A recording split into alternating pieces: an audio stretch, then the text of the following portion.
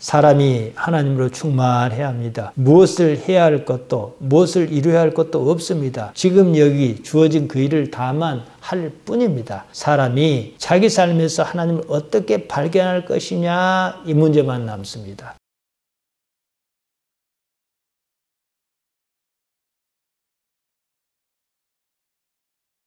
하나님 우리 아버지, 우리를 살펴주옵소서. 종을 도와주옵소서. 종이 말씀은 준비하였습니다. 하오나 하나님께서 영광 받으시오며 종은 다만 십자가 뒤에 감추옵소서. 우리에게 말씀에 은혜 주시기 바라옵고 예수님 이름으로 기도하옵나이다. 아멘. 아멘. 하나님께서는 택하신 사람에게 하시는 말씀이 있습니다. 두려워하지 말라. 내가 너와 함께 하겠다. 이 말씀입니다. 어째서 이런 말씀을 하셨겠습니까? 무엇인가 두렵기 때문입니다. 하나님과 관계가 좋은 상태일수록 이 말씀에서 위로를 많이 받습니다. 두려움의 대상은 우리가 사는 이 삶입니다. 세상살이가 녹록하지 않다 이 말입니다. 이 세상을 훤히 아는 누군가가 도와주었으면 좋겠다 싶습니다. 여기에 딱 맞는 말씀입니다. 우리는 하나님이라고 하는 존재를 의심하지 않습니다. 하나님을 아버지라고 부릅니다. 하나님께서 지키신다고 믿습니다. 그러면 두려워할 것이 없습니다. 정말로 하나님께서 어찌하시는 것을 믿느냐? 이것은 좀 따져볼 점이 있습니다. 그 때문에 두려워하지 말라는 이 말씀이 여전히 필요하다는 거예요. 누군가 정말로 하나님을 아버지로 안다면 그 사람은요, 사는 것을 가지고 두려워하지는 않습니다. 우리 인생은 하나님을 아버지로 알아가는 과정입니다. 거기에 얼마나 다가갔느냐에 따라 두려움의 정도가 다를 뿐입니다. 사는데 두려움이 없었다면 하나님을 찾았겠는가? 이 점을 생각해야 합니다. 우리가 하나님을 찾았습니다. 기왕에 하나님을 찾았습니다. 하나님을 어떻게 현실적인 존재로 아버지로 깨달아 알까? 이 문제를 생각해야 합니다. 교회 다니는 사람 상당수가 자신의 필요에 따라 하나님을 찾습니다. 하나님이 가변적입니다. 절대적이지 않아요. 필요한 그때만 하나님을 생각합니다. 그렇다면 그 사람에게 하나님은 어떤 분인가? 우상을 숭배하는 사람이 우상을 대하는 것과 하등 다르지 않습니다. 그렇다 보니 하나님이 현실적인 존재라는 느낌이 들지 않습니다. 자신도 하나님과 온전히 하나를 이루고 싶지 않습니다. 그에게 하나님은 항상 남입니다. 타자예요. 자신이 필요하다면 그때 나타나 돕는 존재이기를 바랍니다. 하나님이 필요는 한데 하나를 이루고 싶지는 않습니다. 이러다 보니 하나님은 언제나 머릿속에만 존재합니다. 저만치 떨어져 있습니다. 현실적이지 않다 이 말씀입니다. 누군가는 하나님을 정말로 아버지로 압니다. 나사렛 그분이 그러셨습니다. 나사렛 그분이 하나님을 어떻게 정말로 아버지로 아셨는지 알 수 있는 대목이 있습니다. 십자가를 앞두셨습니다. 그때 이런 기도를 하셨어요. 마가복음 14장 36절입니다. 가라사대 아바 아버지여 아버지께는 모든 것이 가능하오니 하나님을 아버지라 불렀다 해서 그런 게 아니에요. 우리도 하나님을 똑같이 아버지라 부르지 않습니까? 이 잔을 내게서 옮기시옵소서. 그러나 나의 원대로 마옵시고 아버지의 원대로 하옵소서. 이렇게 기도하셨습니다. 우리가 어렸을 때 이런 기억이 있습니다. 아버지에게 크게 야단을 맞습니다. 아무리 야단을 맞아도 아버지와 자식 관계는 깨지지 않습니다. 나사렛 그분에게 아버지는 바로 그런 존재였습니다. 아버지라는 그 이름은 단순히 생각 없이 습관적으로 쓸 수 있는 말이 아니었습니다. 모질도록 현실적인 개념이었습니다. 죽음이 둘 사이를 갈라놓을 수 없었습니다. 이 말은 인생살이 내내 관계가 그랬다는 것입니다. 지금 우리가 그분처럼 그러냐? 이것입니다. 우리 신앙은 이 문제예요. 지금 이 삶은 그것을 배우라고 있는 거예요. 하나님께서 아브라함을 택하셨습니다. 관계의 정도가 조금씩 짙어지는 중이었습니다. 창세기 15장 1절입니다. 이후에 여호와의 말씀이 이상 중에 아브라함에게 임하여 가라사대 아브라함아 두려워하지 말라. 나는 너의 방패요 너의 지극히 큰 상급이니라 이러셨습니다. 어느 날 하나님께서 아브라함을 부르셨습니다. 하나님께서 혼자 일방적으로 어떤 약속을 하셨습니다. 오늘 우리가 읽은 내용이 바로 그겁니다. 아브라함이 하나님의 말씀을 들었습니다. 그 말씀이 듣기는 들었어요. 현실적으로 와닿지는 않아요. 아니라고 하지는 못하지만 현실적으로 와닿는 데는 좀 그렇다 이 말입니다. 아브라함의 고향은 갈대아인의 땅 우르였습니다. 오늘 본문 15절에 나옵니다. 이주민이었어요. 가족이라고는 자기 안에 사례밖에 없었습니다. 자식이 없었습니다. 이렇게 살다 마는구나 그랬습니다. 하나님께서 세 가지를 말씀하셨습니다. 두려워하지 말라 그러셨습니다. 나는 너의 방패다. 나는 너의 지극히 큰 상급이다 이러셨어요. 두려워하지 말라는 말씀은 그렇다 치고 하나님께서 어떻게 방패이신지 또 어떻게 지극히 큰 상급이신지는 지금 여기서는 두고 볼 일입니다. 방패, 히브리 말로 마겐입니다. 우리가 아는 그대로예요. 방어막입니다. 지키시겠다 이 뜻입니다. 너의 지극히 큰 상급이다 이러셨습니다. 상급이란 말이 히브리 말로 사카르입니다. 일반적으로 고용에 대한 임금, 삭슬 의미합니다.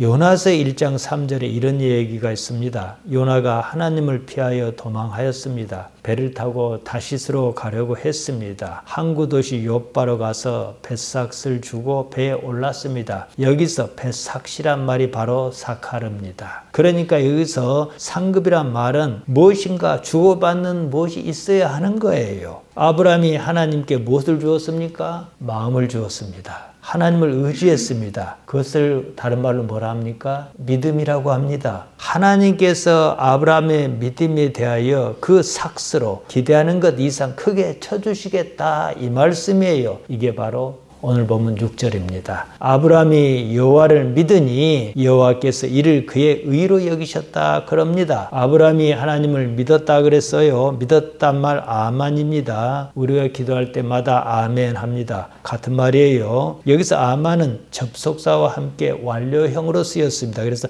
베헤민 이랬습니다. 직역하면 그리고 그가 믿었다 이 뜻이에요. 4절과 5절에서 하나님께 제안하셨어요. 거기에 대해서 아브라함이 믿은 것을 완료형으로 썼으니까 믿은 것을 완료했다 이 말이에요. 우리말에는 이것이 분명치 않아요. 그러나 이쪽 말은 그렇습니다. 그에게 믿음은 이미 끝난 일이다 이 뜻이에요. 하나님께서는 또 그것을 아브라함의 의로 여기셨다 그럽니다. 의, 체닥합니다. 체닥하는 정의라고 하지만 그냥 옳음, 옳다 이 말이에요.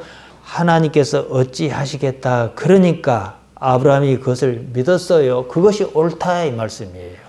네가 옳은 길을 선택했다 이겁니다. 아브라함이 하나님의 말씀을 믿는 것을 완료했습니다. 그 믿음에 대한 사카르가 무엇이냐는 거예요. 4절과 5절에서 말씀하셨습니다. 앞으로 그런 일이 있을 것이다 이거예요. 여기서 우리가 헷갈리는 대목이 있습니다. 아브라함이 하나님께서 하신 약속의 말씀을 믿었다면은 뒤에 나옵니다만 어째서 하갈에게서 이스마엘을 봤냐는 겁니다. 하나님께서는 처음과 마지막이십니다. 과정이야 어쨌든 결국은 그리할 것이다 이 얘기예요. 물론 그 과정에서 겪어야 할 것은 겪어야 합니다. 그러다가 어디까지 갑니까? 창세기 22장에 나옵니다. 아브라함이 결국은 아들 이삭을 바치려고 하지 않았습니까? 믿음은 이렇게 완성했습니다.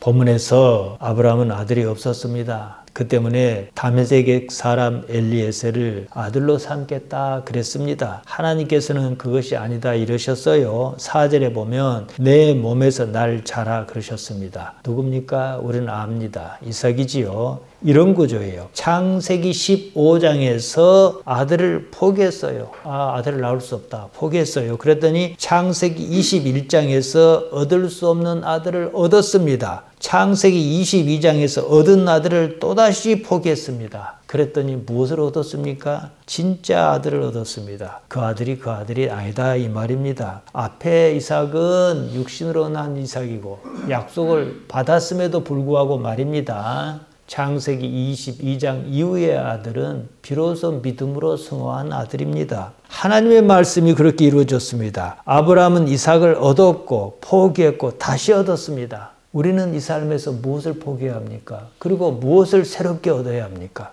이 과정에서 하나님을 현실화했다는 거예요. 삶은 변화무쌍합니다. 끊임없이 요동칩니다. 그때그때 상황이 변합니다. 하나님은 결코 변하지 않습니다. 삶에서 여러 일을 겪습니다. 그 삶으로 하나님과 조금씩 관계가 깊어졌습니다. 그러다가 절정에 이릅니다. 원 없이 살았습니다. 그리고 죽습니다. 하나님은 여전합니다. 죽음을 넘어섭니다. 영생의 문이 열립니다. 이 문제예요. 삶은 선택의 여지가 없습니다. 백날 수를 써보아야 답이 나오지 않습니다. 알고 보면 무조건 믿어야 하는 거예요. 얼마 전에 제가 관측의 이론 적재성을 말씀드렸습니다. 우리가 감각하는 것은 그 자체가 현실을 그대로 보여주지는 않습니다. 해가 동에서 떠서 서로 집니다. 관측의 결과입니다. 거기에 이론이 얹힙니다. 이론이 얹히면 뭐라고 합니까? 설명이 생겨요. 어째서 그런다 하고 말이죠. 그러면 정말로 그럴듯해요. 이것을 과학이라고 합니다. 해와 달과 별이 동에서 떠서 서로 집니다. 지구를 따라 돌아요. 그렇게 관측했습니다. 거기에 이론이 얹혀 지구가 우주의 중심이라고 믿었습니다. 지구가 우주의 중심입니까? 당시에는 아무리 지구가 돈다 해도 믿지 않았어요. 자기가 관측한 걸 믿었습니다. 거기에 이론을 얹어서 그 믿음을 공고히 했습니다. 오히려 천지 만물을 창조하고 섭리하시는 하나님을 못 오겠다며 죽이려고 하였습니다. 관측한 사실에 일단 이론이 얹히면 쉽게 바뀌지 않습니다. 믿음은 그래서 무섭습니다. 오늘날 우리 주변에 그런 믿음을 가진 사람이 얼마나 많습니까? 그 때문에 과학 철학자 칼 포퍼는 우리가 관측해서 사실이라고 믿는 것도 사실이 아닐 수가 있다 이랬습니다. 감각 자체가 현실적인 내용 그대로 말하지 않는다는 것입니다. 이론에 맞지 않는 관측은 사실로 믿지 않습니다. 이론에 따른 선입관이 의식을 지배하기 때문입니다. 중세시대에 아무리 지구가 둥글다 해도 태양이 지구 주변을 돈다 해도 누구도 믿지 않았습니다. 이미 지구가 우주의 중심이라는 관측 이론과 그것에 따른 선입관이 믿음을 형성해서 의식을 지배한 때문이었습니다. 과거 시대의 인류는 지구를 벗어나 본 적이 없었습니다. 해가 동쪽에서 뜬다는 것은 귀납적 추론이었습니다. 그렇다면 내일은 해가 서쪽에서도 뜰 수 있는 거예요. 그러므로 믿는 것을 조심해야 합니다. 믿음이 문제가 아니에요. 무엇을 믿는가 이 문제입니다. 믿음은 의외로 말입니다. 상식적이어야 합니다. 관측에 따른 것이 아니어야 합니다. 그런 관측은 필요에 따른 어떤 이론을 탑재하고 있습니다. 두 갈래 길이 있습니다. 어느 길로 가도 같은 목표점에 도달합니다. 오른쪽 길로 가면 좋지 않은 일이 생긴 경험이 있습니다. 왼쪽 길로 가면 그러지 않았습니다. 통계가 생깁니다. 관측이에요. 그 관측에 오른쪽 길로 가면 어째서 좋지 않다는 어째서라는 이론이 얹힙니다. 관측 결과에 조금만 규칙성이 생겨도 일반화하려고 합니다. 또다시 이론입니다. 그 사람은 언제나 왼쪽 길을 선택합니다. 자기 이론에 따른 것입니다. 그것을 믿습니다. 이것을 일반화의 오류라고 합니다. 병이 낫기를 기도했습니다. 병이 낫는 간절한 바람이 있습니다. 아무리 조금일지라도 가능성이 있지 않습니까? 이것저것을 떠나 기도함으로 병이 낫는 경험을 한두 번만 하면 거기에 그냥 이론이 얹힙니다. 사실 병이 저절로 나았을 수도 있습니다. 그 경우는 생각하지 않습니다. 더구나 간절히 바랐던 일이었습니다. 그러면 더욱 그렇다고 믿습니다. 기도하면 병이 낫는다. 기도하면 복 받는다. 흔히 그럽니다. 이런 것은 신앙적인 말 같지만 기도하면 원하는 결과를 얻는다는 이론에 따른 것입니다. 그렇게 믿고 싶었어요. 누군가 의지할 만한 사람이 또 그렇게 말해 주었습니다. 거기다 자신의 기대와 희망이 부실한 관측조차도 눈 감아줍니다. 기도의 응답이란 거 보세요. 100이면은 한 2개 정도 응답이 있으면은 그런다고 믿어요. 흔히들 믿음이라는 것에 대개 이런 식입니다. 섣부른 이론이 자기가 믿는 것을 일반화하고 그러한 자기 생각을 믿기에 이릅니다. 생각해보면 믿음은 대개 자신의 주관적인 판단입니다. 사람이 자기 삶을 관측합니다. 거기다 이론을 얹습니다. 대부분의 신앙인이 하나님을 자기 삶의 언저리에 두고 생각합니다. 최종 판단의 주체가 자기 자신이란 말입니다. 자기 마음에서 생긴 그 믿음을 믿습니다. 자기가 관측한 결과에 이론이 얹히면 그 이론을 근거로 믿음이 굳어집니다. 666이 어쩌고 그야다라는 사람이 그렇습니다. 삶의 중심에 사실은요, 하나님이 없습니다. 하나님은 삶의 언저리에 있습니다. 믿음은 결국 자기 이론입니다. 하나님을 믿지 않습니다. 자기 이론을 믿습니다. 살면서 이것이 무너져야 합니다. 아브라함은 하나님을 믿었습니다. 믿지 않을 수 없는 상황이었습니다. 자기 마음에 들든 들지 않든 하나님께서는 이미 자기 삶 깊숙이 들어와 계신다는 사실을 인식하고 있었습니다. 자기 몸에서 후사를 얻든 얻지 못하든 그것을 떠나 하나님만큼은 부정할 수 없는 삶이었습니다. 믿음은 하나님을 믿을 수밖에 없는 그런 거예요. 이 믿음이 삶에서보다 성숙해서 단계를 높입니다. 그러다가 아들을 번제로 바치는 일을 겪습니다.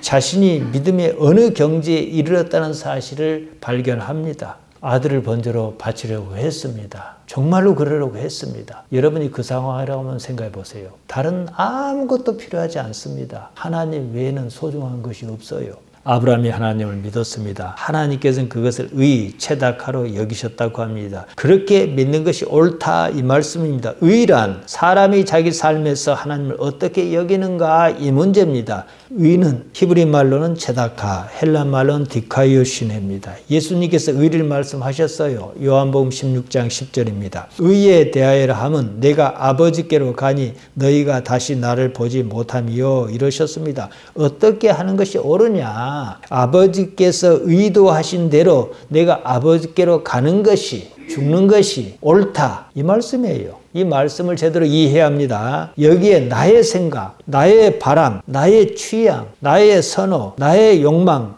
이런 것은 없습니다. 없다 하기보다 뛰어넘습니다. 그런 것을 아예 다 무시하라는 게 아니에요. 그보다 하나님이 더 큰 가치라는 인식이 생겼다는 거예요. 우리 기독신앙의 가치가 현실적으로 나타난 겁니다. 오래전이었습니다. 오랜만에 아이들 데리고 대형 쇼핑센터에 갔습니다. 아이가 이것저것 가지고 싶은 것이 얼마나 많겠습니까? 아이는 자기 나름대로 아버지를 알아요. 아버지에 대한 어떤 감이 있어요. 아버지가 아이에게 사고 싶은 것이 있으면 사라 그럽니다. 아이가 머뭇하다가 사지 않겠다고 고개를 돌립니다. 아버지를 생각한 거예요. 사고 싶은 장난감보다 아버지가 더 큰 가치라는 무의식적 판단에 따른 겁니다. 아버지가 언제 이런 것은 사고 저런 것은 사지 말라고 한 적이 없습니다. 함께 하면서 어떻게든 가정 형편을 알았고 공유했으며 그것을 생각했습니다. 참 신기했어요. 제가 이렇게 말하면 다들 왜 그러냐고 할 거예요. 말도 제대로 못할 때 그랬습니다.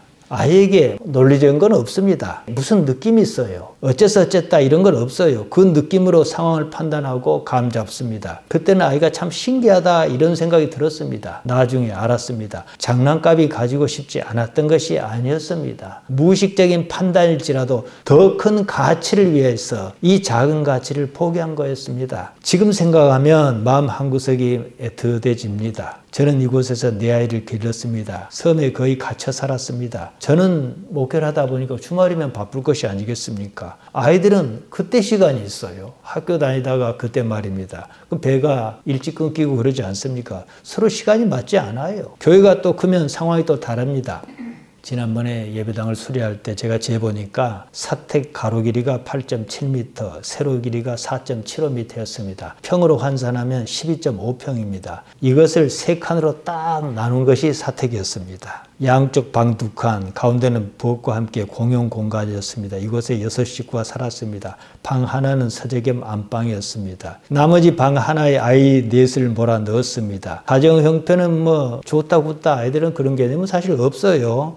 제가 배를 타고 섬 순회를 갈 때면 어디를 어떻게 간다 말을 하고 다녀왔습니다. 아이들은 뱃소리만 들어도 어느 방에서 어떻게 배가 들어오는지 머릿속에 그림이 그려졌습니다. 여러분이 그러지 않습니까? 사는 것이 그렇다 보니까 뭐 감추고 말고 할 게 없어요. 이런 삶에서 가장 큰 가치는 가족이 함께 하는 것이었습니다. 아버지는 가족의 생존을 책임지는 사람입니다. 아이가 무엇을 선택할 때 그게 기준이었던 것 같습니다. 아버지의 존재는 자기 자신의 존재와 밀접하게 관계가 있었습니다. 거기에 여유가 보일 때 그제서야 자기 자신을 생각합니다. 제가 하나님을 설명하자니까 이런 얘기까지 했습니다. 하나님을 모른다면 이런 얘기는 아무데도 쓸데없습니다. 하나님을 안다면 자기가 사는 이 삶에서 하나님을 아는 그것이 결국은 판단의 기준입니다. 아버지라는 더 큰 가치를 선택할 수밖에 없어요. 나사렛 그분을 보세요. 죽는 것이 어떻게 큰일이 아니겠습니까? 그러나 하나님은 영원자시니까 또 십자가가 곱게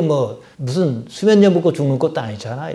그보다도 더 큰 가치, 영원의 주인이신 아버지라는 가치 때문에 자기의 지금 상황을 포기했다는 사실이에요. 그것이 결국은 디카요 신에 오르니까 말입니다. 내가 그러다 죽는 줄 뻔히 안다 그래도 아버지 때문에 그 길을 가는 이것이 옳다. 이것이 예수님의 판단이었습니다. 이것은 당해보지 않은 사람은 도저히 설명할 수 없는 말이에요. 그러니까 하나님과 관계가 얼마나 짙으냐, 여기에 따라 이해의 폭이 달라집니다. 하나님을 자기 삶에서 어떻게 여기냐는 거예요. 이것이 우리 기독신앙의 핵심입니다. 자기가 바라고 원하는 것이 이루어질 줄로 믿는 그런 것이 우리 기독신앙 아닙니다. 자기 삶에서 하나님을 어떻게 여기냐는 거예요. 자기에게 하나님은 무엇인가, 어떤 의미인가, 이것을 생각해야 합니다. 무엇이든지 자기가 원하는 대로 다 이루어지면 무슨 일이 일어날 것 같습니까? 파멸합니다. 조금만 생각해도 그냥 답이 나오는 일입니다. 원하기는 하되 자기가 원하는 대로 이루어지지 않는 것이 신비롭다는 사실을 이해하는 능력이 있어야 합니다. 나는 언제나 옳지 않지만 아버지께서는 언제나 옳으시기 때문입니다. 하나님께서 아브라함에게 일방적으로 약속하셨습니다. 아브라함으로서는 기대할 수 없는 일이었습니다. 아내의 경수가 끊겼습니다. 그러면 양자를 드리든지 하는 것밖에 답이 없었습니다. 그렇게 하려고 했습니다. 다메섹에서 데리고 온 종 엘리에셀을 후사로 삼는 것이 자신이 할 수 있는 최선의 선택이었습니다. 지금은 자식이 없어도 잘만 사는 시대입니다만 그때는 그러지 않았습니다. 하나님께서는 아브라함이 기대하지 않은 일을 약속하셨습니다. 내 몸에서 날짜가 내 후사다 이러셨어요. 아브라함은 그런 일은 있을 수 없다고 생각했습니다. 믿을 수 없는 일이었습니다. 출산이 불가능한 여자에게서 어떻게 자식을 본다는 말인가? 이것이 통용하는 이론이었습니다. 이런 이론은 쉽게 깨지지 않습니다. 성경 기자가 아브라함이 하나님을 믿으니 이렇게 기록했습니다. 자식을 낳을 줄로 믿으니 이렇게 기록하지 않았습니다. 무엇인지 모르지만 하나님께서 어찌 하실 것이다 이 정도입니다. 하나님께서 어찌 하실 것을 모르는 것이 정상이에요. 내 평생에 무슨 좋은 일이 있으라고, 이건 내 생각입니다. 그게 정상이에요. 하지만 하나님께는요, 내 이해의 폭을 뛰어넘는 어떤 것이 있다는 거예요.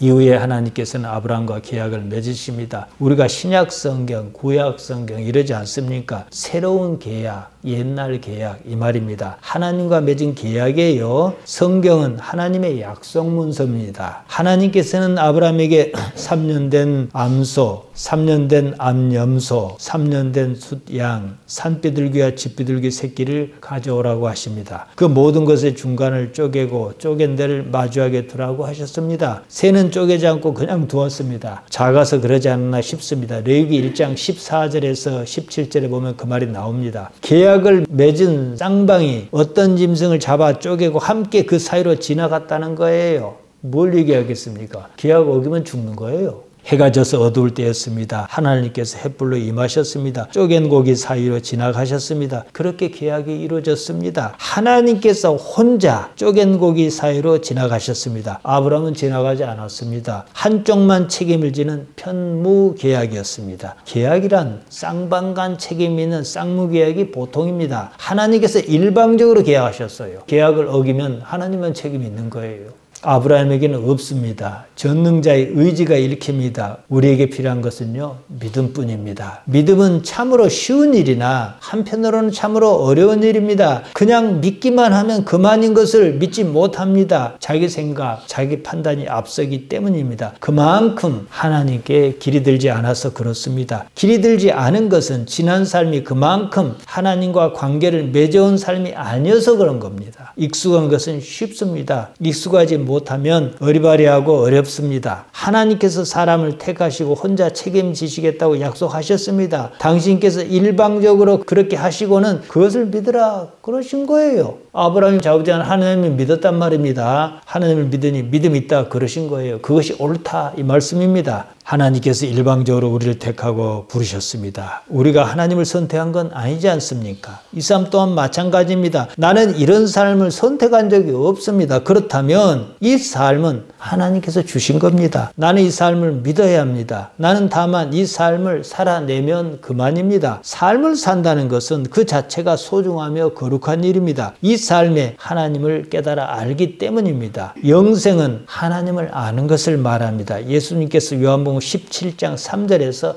바로 그 말씀을 하셨습니다. 여러분은 이 말씀을 이해하는 데 문제가 없습니다만은 다들 제발 좀 성경 제대로 읽고 깨달았으면 좋겠습니다. 우리가 하나님을 인정하고 의지합니다. 약속을 파기하는 경우에 그 책임은 하나님께만 있습니다. 믿음은 단순히 이것을 뜻하는 말입니다. 바울은 로마서 1장 17절에서 믿음을 얘기했습니다. 복음에는 하나님의 의가 나타나서 믿음으로 믿음에 이르게 하나니 기록된 바 오직 의인은 믿음으로 말미암아 살리라 함과 같으니라. 이 말을 어렵게 생각할 이유가 전혀 없습니다. 복음은 옳다. 옳은 판단을 해라. 그러면 산다. 이 말입니다. 사람은 자기 삶이 두렵습니다. 두려움은 미래에 대한 것을 지금으로 가져온 겁니다. 무슨 일이 있을는지 알 수가 없어요. 그래서 두렵습니다. 하나님과 관계가 충만하면 두려움이 그만큼 사라집니다. 삶의 두려움을 없애기 위하여 무엇을 하려고 하지 말고 하나님을 알고자 하는 그것이 답입니다. 자기가 바라는 것이 이루어지고 이루어지지 않고는 두 번째 문제입니다. 무엇을 이루어지기를 믿을 것이 아닙니다. 나에게 이런 삶을 주신 하나님을 믿어야 합니다. 하나님께서는 이 삶으로 관계를 맺기 원하십니다. 그 관계가 영원으로 이어집니다. 인생은 단지 하나님을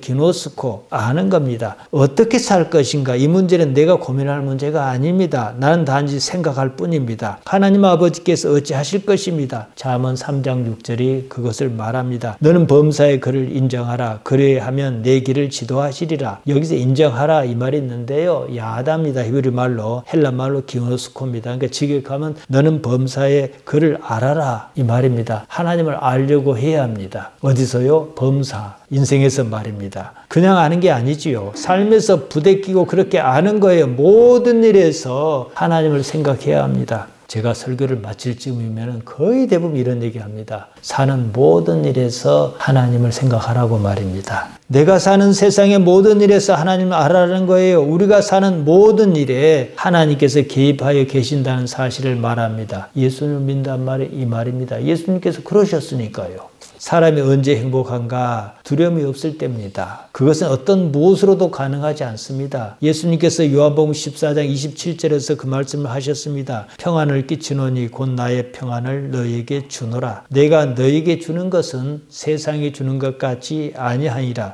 너희는 마음에 근심도 말고 두려워하지 말라. 그러셨습니다. 평안한 상태가 뭐겠습니까? 행복한 거지요. 단지 아무런 일이 없는 것을 말하지 않습니다. 아무런 일이 없으면 지루합니다. 지루하면 권태로워요. 행복하지 않은 겁니다. 예수님의 행복은 무엇을 이루어서 얻는 그런 행복이 아닙니다. 하나님과 깊은 관계, 일치해서 오는 행복입니다. 하나님 아버지께서 당신 안에 계신다. 예수님께 이런 표현을 자주 말씀하셨습니다. 요한복음 10장 38절에 나옵니다. 하나님께서 함께 하시는 그것입니다. 우리는 단지 그 사실을 인정하면 그만이에요. 이게 믿음입니다. 이것을 의, 옳다 여기신다는 말씀입니다. 그때면 두려움이 사라집니다. 가만히 생각하면 행복하다는 걸 느낍니다. 하나님 아버지가 남이 아니라는 사실 때문입니다. 복 있는 삶입니다. 우리는 세상을 살면서 많은 일을 겪습니다. 모든 것이 다 지나갑니다. 이것도 주시옵소서, 저것도 주시옵소서 그러며 평생을 삽니다. 이것도 다 떠나고 저것도 다 지나갑니다. 결국은 하나님만 남습니다. 그분이 우리 아버지입니다. 우리가 구할 것은 하나님입니다. 아무것도 필요하지 않습니다. 우리는 이것도 주시옵소서, 저것도 주시옵소서 그러다 보니까 결국은 하나님을 얻었습니다. 이것을 이해해야 합니다. 모든 것이 그저 하나님을 아버지로 아는 과정일 뿐입니다.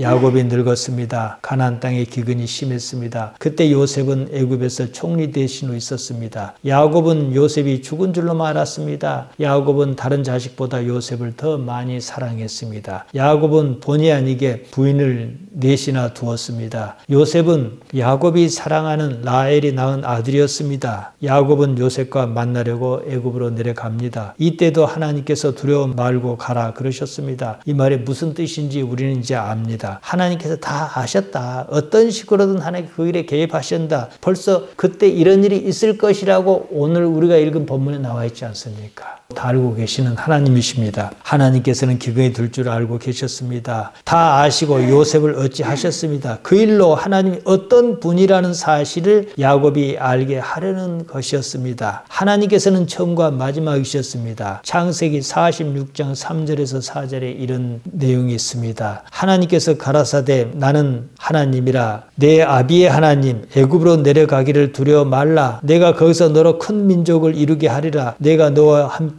애굽으로 내려가겠고 정녕 너를 인도하여 다시 올라올 것이며 요셉이 그 손으로 내 눈을 감기리라 하셨더라. 오늘 본문에 그걸 암시하는 충분히 우리가 이해할 만한 내용이 있지 않습니까? 요셉이 어쩌고 기근이 어쩌고 이건 중요하지 않습니다. 그 일로 무엇을 알았느냐는 거예요. 하나님을 알았습니다. 하나님을 현 존재로 알았습니다. 나 또한 그 하나님 앞에 선 단 하나의 현 존재라는 것입니다. 우리 인생은 다른 무엇도 아닙니다. 이겁니다. 당시에 세상은 애굽 천하였습니다. 야곱은 애굽의 통치자 바로 앞에 섰습니다. 그때 야곱은 초월자였습니다. 그는 이미 삶과 죽음을 넘어섰습니다. 바로가 야곱에게 내 연세가 얼마냐 하고 물었습니다. 야곱이 대답했습니다. 창세기 47장 9절입니다. 내 나그네 길의 세월이 130년이다. 나의 연세가 얼마 못되니 우리 조상의 나그네 길의 세월에 미치지 못하나 험악한 세월을 보내었나이다. 야곱은 인생이 나그네 길이다 그랬습니다. 하나님을 알기 전에는 그러지 않았습니다. 최유진이란 가수가 하숙생이라는 노래를 불렀습니다. 첫 대목이 인생은 나그네 길입니다. 다들 인생이 나그네 길이라고 말은 합니다. 말은 그렇게 해놓고 인생을 나그네 길로 살지 않습니다. 천년만년 살 것처럼 그럽니다. 자신이라는 존재의 성질을 몰라서 그렇습니다. 야곱은 많은 일을 겪었습니다. 자기 인생이 나그네 길이라는 사실을 아는 경지에 이르렀습니다. 인생이 삶의 사실을 가르쳐 주었습니다. 험악한 세월을 보냈다고 그랬습니다. 그의 고백에 그 마음이 고스란히 담겨 있습니다. 비로소 본향을 사모하기 이른 것입니다. 히브리서 11장 16절이 그 말입니다. 믿음의 사람은 결국은 본향을 사모하는 경지에 이른다 이 말이에요. 야곱은 자신이라고 여겼던 그 존재를 넘어섰습니다. 궁극적으로 지향해야 하는 바를 깨달았습니다. 사람은 누구나 죽기 전에 이 사실을 어렴풋이나마 깨닫습니다. 그러면 늦습니다. 어찌해 볼 기회가 없지 않습니까? 두려움은 마음이 공허한 상태입니다. 그 마음에 하나님이 없습니다. 하나님이 있어야 할 자리가 비면 빌수록 두려움 또한 커집니다. 하나님으로부터 마음이 멀어진 사람 마음이 깊숙한 곳에 근원적인 불안이 있습니다. 이 때문에 생기는 병이 두려움입니다. 근원적인 불안은 떨쳐버리려고 해도 쉽지 않습니다. 마음의 문제입니다. 이것이 한계예요. 우리가 죄, 하마르티아라고 말하는 것이 그 때문입니다. 삶이 어그러진 상황입니다. 사람이란 존재의 근본이 무엇이겠습니까? 하나님입니다. 하나님 없이 사람이 있을 수가 없는 거거든요. 그 때문에 자기가 알지 못하는 가운데 하나님을 필요로 합니다. 어린아이에게 부모가 필요하듯이 말입니다. 그런데도 사람은 스스로 혼자 살겠다고 가정애를 씁니다. 기대와는 달리 결과는 언제나 참담합니다. 스스로 비참한 존재라는 것을 아는 것이 전부입니다. 이웃과 평화가 깨지고 사랑해야 할 자기 자신에게 분노만 키웁니다. 이것이 하나님으로부터 멀어진 사람의 모습입니다. 분노가 외부에서 동력을 찾지 못할 때 내부에서 불길처럼 번집니다. 이것이 마음의 병으로 남습니다. 두려움은 마음의 병입니다. 하나님으로부터 떠난 사람의 마음에 자리 잡은 겁니다. 삶이 어려움은 모르고 지내다가 조금이라도 더 살만하면 마음의 병으로 나타납니다. 대표적인 것이 우울증입니다. 여기에 대해서는 제가 다음 주에 말씀드리겠습니다. 우리는 존재성을 상실한 채로 세상을 삽니다. 왜 살아야 하는지 모르고 살아요. 존재성을 상실했단 말은 살아는 있다고 하나 사실은 죽은 겁니다. 우리는 살아있음을 발견하고 현실화해야 합니다. 하나님께서 편미적 계약을 맺으셨습니다. 하나님께만 책임이 있다는 것입니다. 하나님께서는 어떻게든 그 계약을 이루려고 하실 것입니다. 어떻게든 하나님께서 원하시는 그대로 이루어질 수밖에 없습니다. 이것은 일찍 깨달은 사람이 복이 있습니다. 사람이 할 수 있는 일은 자기 삶에서 하나님을 찾고 하나님과 함께하는 것뿐입니다. 자기 삶을 주관하시는 하나님을 인정합니다. 그때 사람은 자신이 살아있다는 사실을 현실로 깨닫습니다. 현존재라는 사실을 회복합니다. 인생은요, 그 자체로는 목적도 이유도 없습니다. 먹고 사는 것 말고는 아무런 목적도 이유도 없어요. 살아있으니 사는 겁니다. 무엇을 하든 삶의 모습이 어떻든 하나님만이 인생의 목적입니다. 인생은 영원하신 하나님을 알고 그 안에 들어가기 위한 겁니다. 사람이 자기 삶에서 하나님을 발견하는데 장애가 있습니다. 바로 자기라는 겁니다. 자기라는 관념입니다. 그 때문에 자기 부인이 필요하고 또 십자가를 지는 일이 필요합니다. 십자가는 완전한 자기 포기입니다. 자기 관념을 버리는 겁니다. 예수님께서는 친히 십자가로 그것을 보여주셨습니다. 그 가능성을 열어 놓으셨습니다. 부활하신 겁니다. 복음은 하나님을 아는 겁니다. 하나님의 나라를 실현하는 거예요. 하나님을 아버지로 현실적인 존재로 깨닫는 겁니다. 내가 이 삶의 주체가 아니라 하나님께서 주체라는 사실입니다. 그때 나는 단지 할 일을 할 뿐입니다. 사람이 하나님으로 충만해야 합니다. 무엇을 해야 할 것도 무엇을 이루어야 할 것도 없습니다. 지금 여기 주어진 그 일을 다만 할 뿐입니다. 사람이 자기 삶에서 하나님을 어떻게 발견할 것이냐 이 문제만 남습니다. 인생의 목적이 바로 이겁니다. 하나님께서 내 안에 내가 하나님 안에 있는 것을 아는 것이 인생의 의미며 가치며 목적이고 이유입니다. 흔히들 하는 말이 있어요. 집 나가면 개고생이라 그럽니다. 누가복음 15장 11절에서 32절에 돌아온 아들의 비유. 흔히들 탕자의 비유라고 하지 않습니까? 그게 그겁니다. 사람이 자기 삶에서 하나님을 알고 살면 행복, 하나님을 모르고 살면 그냥 개고생입니다. 삶은 어째야 행복한 게 아니에요. 하나님을 아는 것, 깨닫는 것만이 답입니다. 무슨 일이든 어떤 경우든 좋은 일이든 굳은 일이든 그 일에서 끊임없이 하나님을 찾기를 바랍니다. 이 일에 하나님께서 어찌 나타나시는가 이러고 있는 것만 해도 깨어있는 거예요. 그러면서 하나님께서 점점 더 현실적인 존재로 다가오고 하나님께서 정말로 아버지시구나 이런 감각으로 세상을 사시기를 바랍니다. 하나님 우리 아버지, 우리의 부족하고 연약함 가운데 아버지께서 나타나 주셨습니다. 우리를 어찌하여 주옵소서. 아버지 말고는 아무것도 필요치 않나이다. 우리가 그것을 압니다. 아버지 하나님이여 우리의 인생을 인도해 주옵소서. 예수님 이름으로 기도하옵나이다. 아멘.